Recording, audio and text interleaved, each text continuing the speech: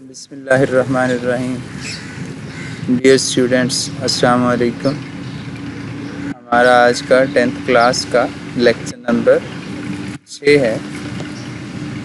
سبق ہم پڑھ رہے ہیں نظریہ پاکستان، جس میں ہم آج اس چیز کو زیر بحث لائیں گے کہ وہ کون سا نظریہ تھا، وہ کون سے خیالات تھے، وہ کون سے آئیڈیاز تھے، وہ کون سے مقاصد تھے جن کو سامنے رکھ کر یہ مملکت خدا داد بنانے کی کوشش کی گئی، اور اللہ نے پھر اپنے فضل سے ہمیں یہ مملکت عطا کی، جو کہ 27 رمضان المبارک کو رمضان کے مہینے میں 1947 میں معرض وجود میں آئی ہے۔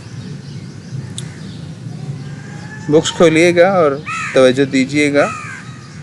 یہاں پر یہ سمجھ لینا ضروری ہے کہ دنیا میں قومیت کی تشکیل کی 2 بنیادیں: تشکیل، شکل دینا، بنانا۔ مصنف یہ کہنا چاہ رہے ہیں اگر کوئی قوم بنتی ہے دنیا میں تو اس کی 2 بنیادی وجوہات ہوتی ہیں۔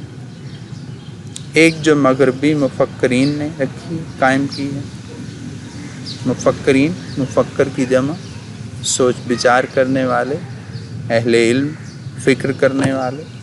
تو مغربی جو مفکرین ہیں، جو علماء ہیں، اور دوسری وہ جو رسول مقبول صلی اللہ علیہ وسلم کی قائم کی ہوئی۔ اب مغرب والوں کی ذرا پہلے غور کریں کہ وہ کیا کہتے ہیں قوم بنانے کے حوالے سے۔ وہ کہتے ہیں کہ کوئی قوم جو ہے اس کی بنیاد خاندان پہ ہونی چاہیے، نسل ہونی چاہیے، وہاں پہ قبیلہ ایک ہو، اور پھر اس کی بنیادوں میں ذرا وسعت دے کر اس کو ذرا بڑھا کر وہ قومیت کی بنیادیں جغرافیائی حدود، یعنی جگہ، جغرافیے کے لحاظ سے، جگہ کے لحاظ سے اس پر وہ کسی قوم کی جو حدیں ہیں وہ استوار کرتے ہیں، قائم کرتے ہیں، اور وہ یہ کہتے ہیں کہ قوم وطن سے بنتی ہے، یعنی ایک وطن میں رہنے والے لوگ جو ہیں ان کا تعلق ایک قوم سے ہے۔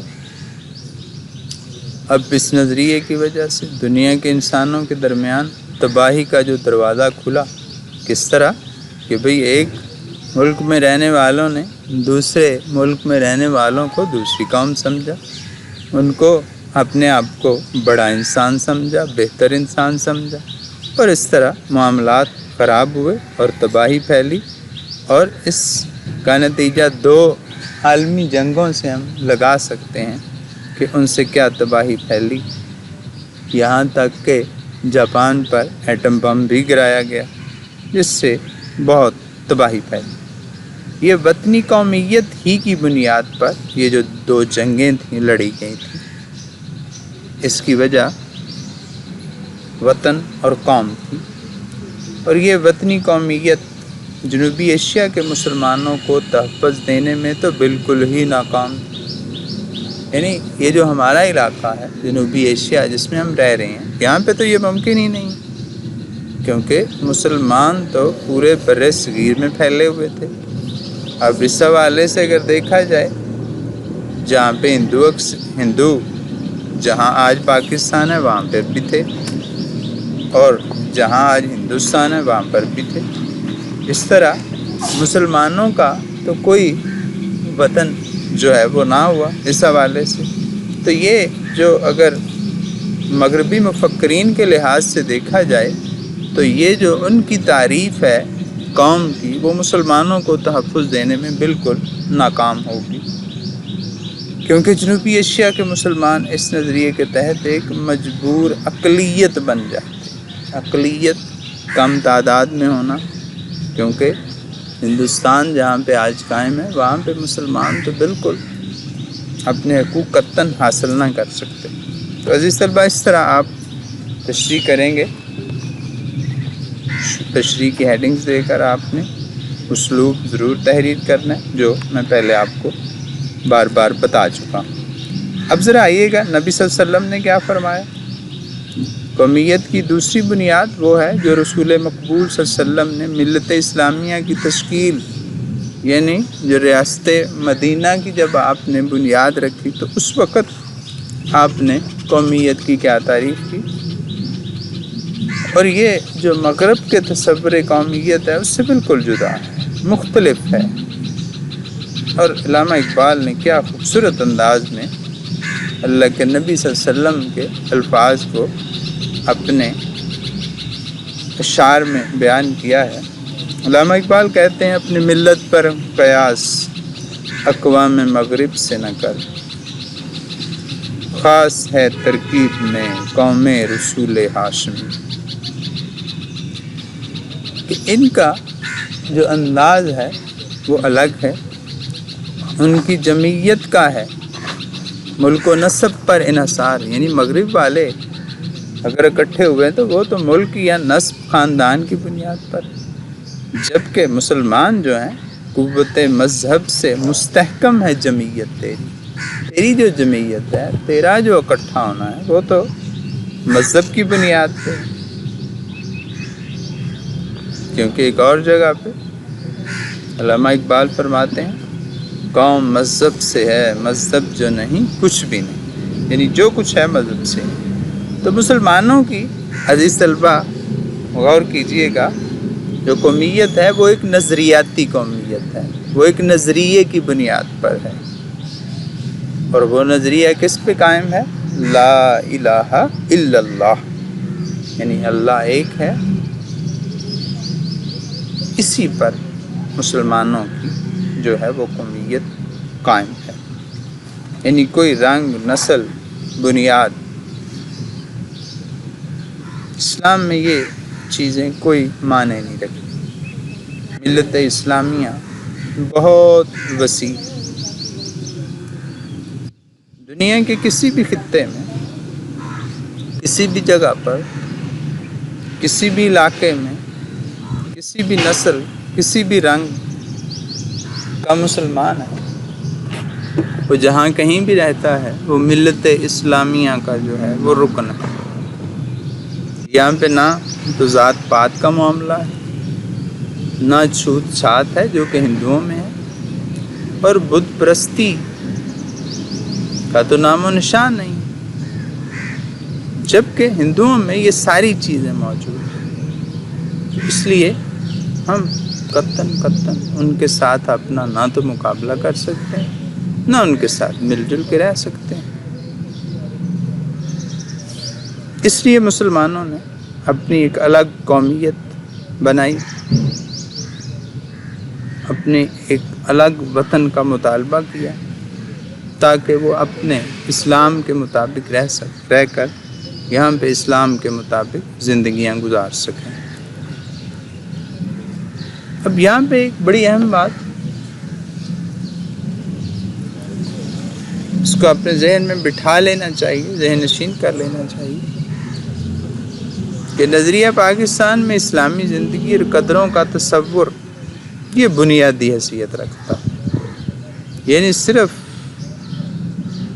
دین وط حاصل کر لینا اور وہاں پہ اسلام کا نام و نشان بھی نہ ہونا، یہ قطعاً مقصد نہیں تھا پاکستان حاصل کرنے کا۔ مقصد یہ تھا، مصنف بتا رہے ہیں، ذرا غور کیجئے گا، کیا ہو جی؟ اخوت، مساوات، عدل، دیانت، خدا ترسی، انسانی ہمدردی اور عظمت کردار، یہ ہیں وہ خصوصیات جو ہم اپنے اندر قائم کر کے نظریہ پاکستان کی جو اصل روح ہے اس کو ترقی دے سکتے ہیں، ورنہ اس ملک کو حاصل کرنے کا کوئی مقصد نہیں۔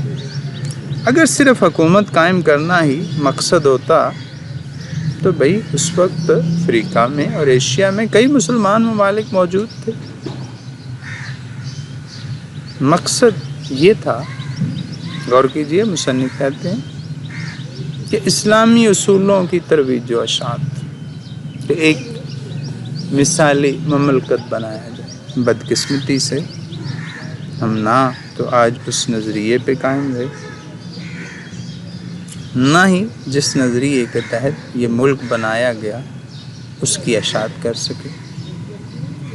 اب ہندوؤں کو یہ بڑا ناگوار گزرا، پاکستان بنانے کا فیصلہ. پوری کوشش کی کہ کسی نہ کسی طرح پاکستان نہ بنے.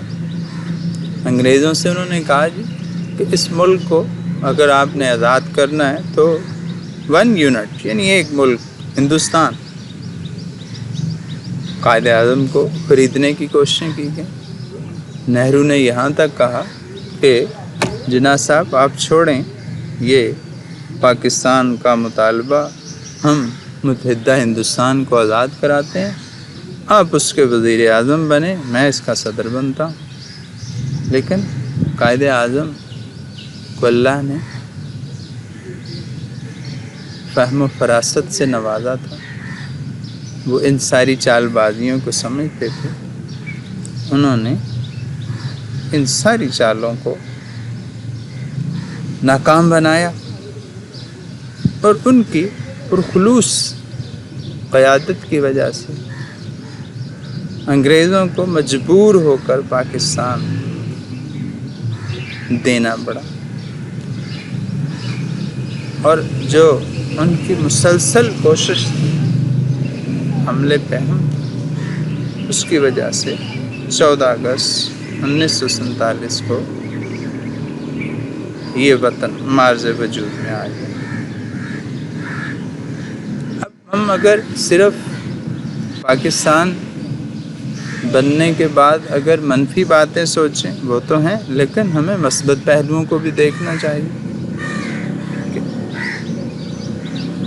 بے شک ہم نظریے کو تو بھلا بیٹھے ہیں، لیکن بہرحال پھر بھی اللہ کا شکر ہے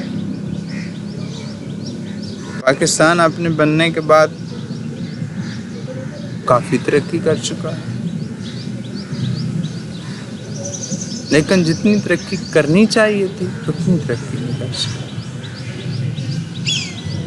ہم اگر خلوص دل سے کوشش کریں تو ہم پاکستان کو بہت آگے لے جا سکتے ہیں، اس کو مستحکم، شاندار اور مضبوط بنا سکتے ہیں. اب اس کا مقصد پاکستان بنانے کا، یہ بڑی امپورٹنٹ لائن ہے، ذرا اس پہ غور کیجئے گا کہ مقصد پاکستان کو ایک اسلامی اور فلاحی مملکت کو سمجھنے کی بڑی ضرورت ہے. ایسی مملکت جس میں عوام کی بہتری کو اولین ترجیح دی جائے، وہاں پہ اسلام بھی ہو اور ساتھ ساتھ رایا، کیونکہ جو ایک حاکم ہے اس سے رعیت کے بارے میں پوچھا جائے گا، اور اس کے لیے ضروری ہے اللہ اور اس کے رسول صلی اللہ علیہ وسلم کے احکامات کو سامنے رکھا جائے، تاکہ جب حکمران اللہ کے پاس جائیں تو انہیں شرمندہ نہ ہونا پڑے. ہمارا جینا اور مرنا جو ہے وہ صرف اور صرف پاکستان کے لیے. ہمیں کسی قسم کے فائدے کو اپنے ذہن میں نہیں لانا چاہیے، بلکہ اگر فائدہ ہو تو وہ صرف ملک کا ہو. اگر یہ باتیں ہم نے اپنے ذاتی فائدے کو سامنے رکھ لیا تو پھر ہماری آنے والی نسلیں جو ہیں وہ ہمیں کبھی نہیں بخشیں گی. ہماری عاقبت تو خراب ہوگی، دنیا بھی ہماری ٹھیک نہیں رہے گی. تو اگر ہم اس ملک کو آگے بڑھانا چاہتے ہیں تو ہمیں چاہیے، ایک تو ہم اسلام کے مطابق اپنی سیرت کو ڈالیں،